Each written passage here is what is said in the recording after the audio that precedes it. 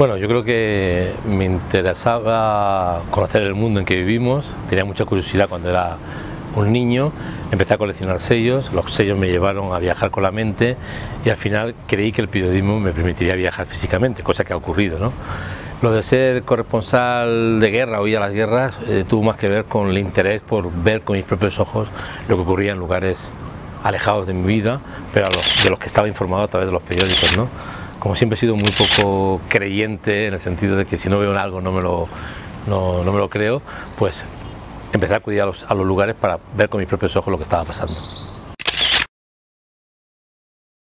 Bueno, yo empecé a hacer fotografía en color y en diapositiva porque era lo que se llevaba en los tiempos en mis inicios, y además era lo que vendía en los medios de comunicación.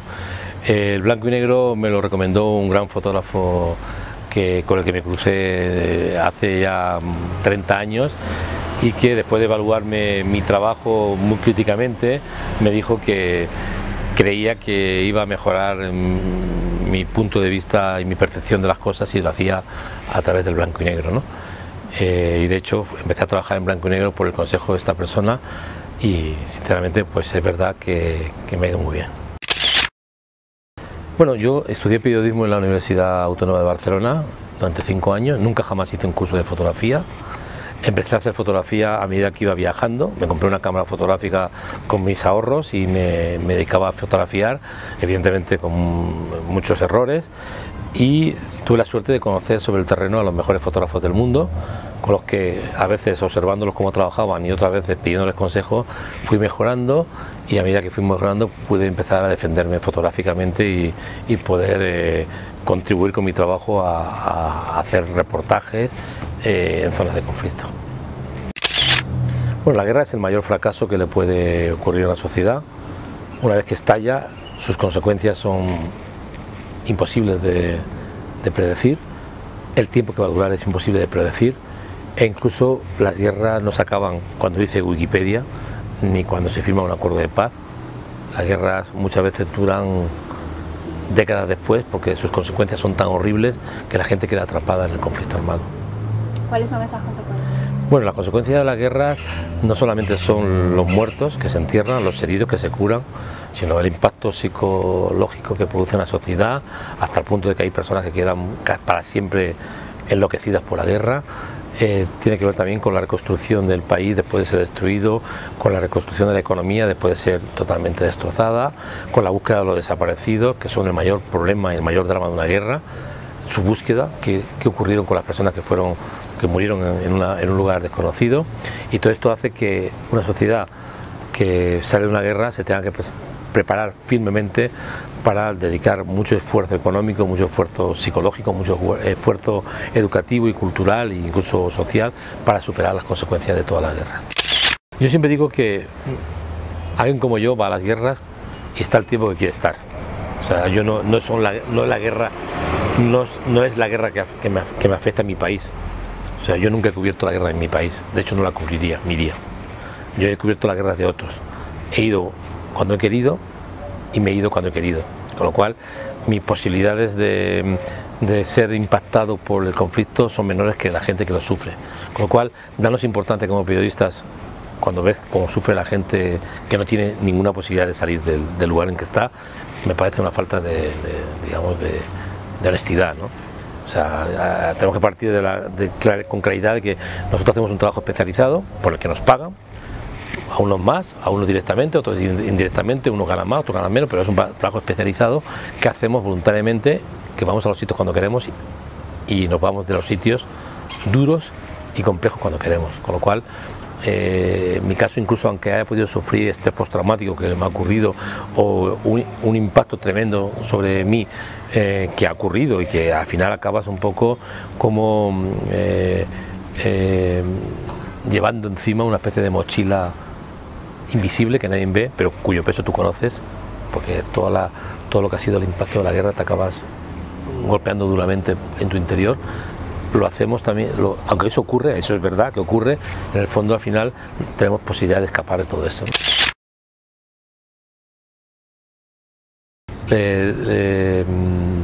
Tengo un proyecto como Desaparecidos en el que trabajé 12 años en diferentes países del mundo, que presenté en el 2011, pero que todavía sigo trabajando en mi país, en España, sobre los desaparecidos de la Guerra Civil Española, guerra que va a hacer pronto 80 años que finalizó, y a pesar de ello todavía siguen buscando los desaparecidos.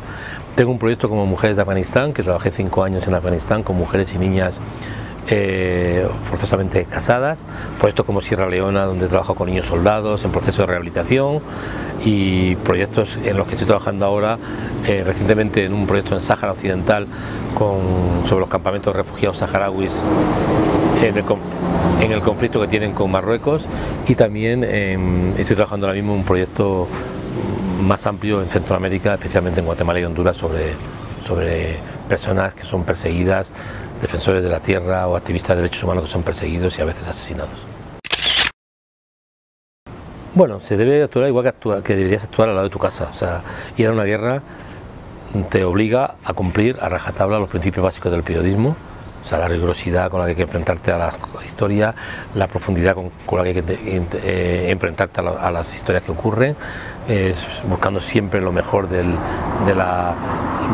que está ocurriendo, buscando las historias que puedan hacer entender a la población a miles de kilómetros qué es lo que está pasando.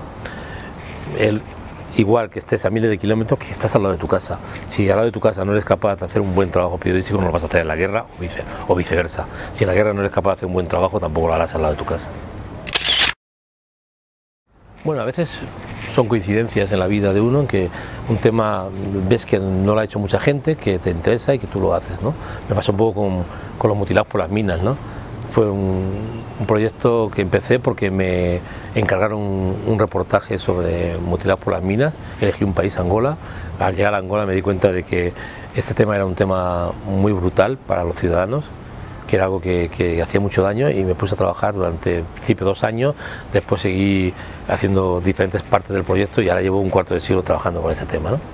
En el caso de desaparecidos, fue una coincidencia estando en la universidad. Entré a formar parte de Amnistía Internacional. Allí me pusieron como tarea entender o leer los informes que llegaban de Guatemala y de El Salvador sobre violaciones de derechos humanos, y ahí me di cuenta de que los desaparecidos era el mayor problema de una guerra, que cuando las guerras se acaban, la gente intenta evidentemente solucionar sus problemas, intenta que sus casas sean rehabilitadas, intenta recordar a sus muertos, pero intenta superar las consecuencias de la muerte. Pero ¿qué pasa con los desaparecidos, no? Si no se buscan, los familiares se van a sentir como abandonados por el Estado, que es lo que ocurre habitualmente, y este tema va a durar durante muchos años y muchas décadas. Bueno, yo creo que lo importante cuando te planteas un proyecto es primero ver bien quién ha hecho ese proyecto, ese tema, esa temática antes, verificar muy bien que el tema, cómo ha sido tratado por otros fotógrafos o periodistas, o camarógrafos, o documentalistas, y evitar seguir un camino ya trillado, ¿no? Si realmente el tema se ha tocado mucho y está muy visto, yo incluso aconsejo que mejor buscar otro tema, ¿no? Porque está muy visto, es difícil que vas a hacer algo mejor. Y si ya te planteas hacer un trabajo que está muy visto, intenta buscar una forma distinta de contar las cosas, ¿no? Esa es la clave. Si no lo haces, al final acabarás haciendo algo reiterativo, repetitivo, que muy pocas veces por tu falta de medio vas a poder mejorar, porque por encima, antes que tú lo han hecho otras personas con más medios, con más tiempo y con más criterio. Bueno, yo al final hacer buenas fotografías no es para mí lo imprescindible. De hecho, creo que hacer buenas fotografías no es tan difícil. De hecho, hoy día las cámaras fotográficas, los teléfonos móviles tienen una calidad increíble que no tenían hace 35 años cuando yo empecé, ¿no? Lo difícil para mí es hacer un buen proyecto fotográfico, narrar una historia en imágenes, que tú puedas poner diferentes imágenes unas a las de otra y que haya una narración bien hecha, bien resuelta. Eso es difícil, y en cada temática hay que plantearse cómo voy a hacer este trabajo, cómo lo voy a narrar, hasta dónde quiero llegar con este trabajo, cómo quiero hacerlo. Buscar la forma de narrar, la narrativa del trabajo es lo más difícil para mí. Por eso creo que es importante no solamente preocuparse por hacer buenas fotos, sino también por narrar bien una historia. Cuando yo conocí a mi pareja, ya viajaba de un lado para otro sin parar, y sigo viajando 34 años después de conocerla.